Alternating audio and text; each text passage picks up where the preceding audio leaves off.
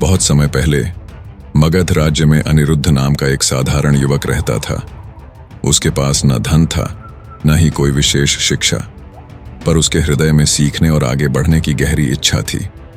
वह अक्सर सोचता, क्यों कुछ लोग बहुत धनी और ज्ञानी बन जाते हैं जबकि बाकी लोग साधारण जीवन जीते हैं।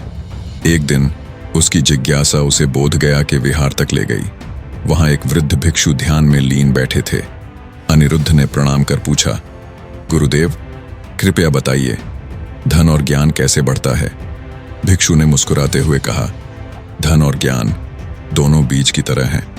यदि इन्हें सही भूमि, सही जल और सही सूर्य मिले तो ये बढ़ते हैं, परंतु यदि कोई इन्हें केवल संजो कर रखे, बांटे नहीं, तो ये सड़कर नष्ट हो जाते हैं। अनिरुद्ध कुछ समझा, कुछ नहीं। भिक्षु ने उसे एक छोटी थैली दी जिसमें 5 बीज थे। उन्होंने कहा, इन्हें बो दो और रोज ध्यान करना। जब तक ये वृक्ष बने, सीखते रहना और लोगों की मदद करना।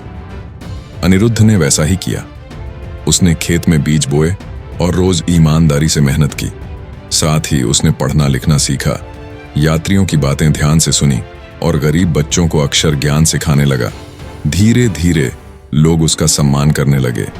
कुछ सालों बाद बीज से विशाल वृक्ष खड़े हो गए जो फल और छाया देने लगे।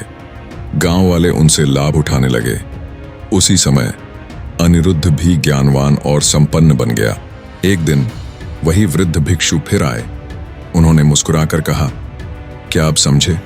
धन बढ़ता है जब उसे सही कर्म से कमाकर दूसरों के साथ बांटा जाए, और ज्ञान बढ़ता है जब उसे सीखने की निष्ठा के साथ दूसरों को सिखाया जाए।